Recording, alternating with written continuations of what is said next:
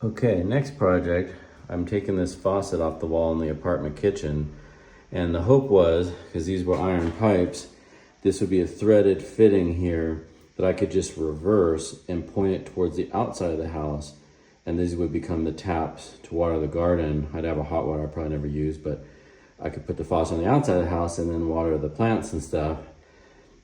But then I looked and I was like, oh no, they welded the pipe. And then I was like, wait a minute, I started looking at those threads. I'm like, that looks like a brass fitting.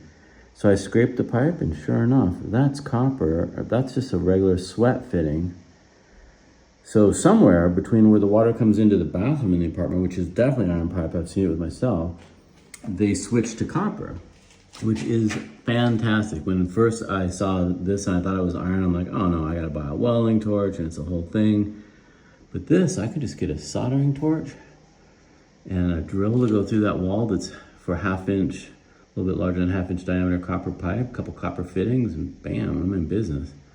A little stroke of luck. So hopefully it stays that way. I'm off to the Ferramenta to buy some parts. All right, success from the apartment.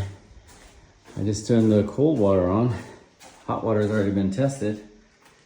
And these seem to be holding. They're just compression fittings from copper to multi-tubo, they call it.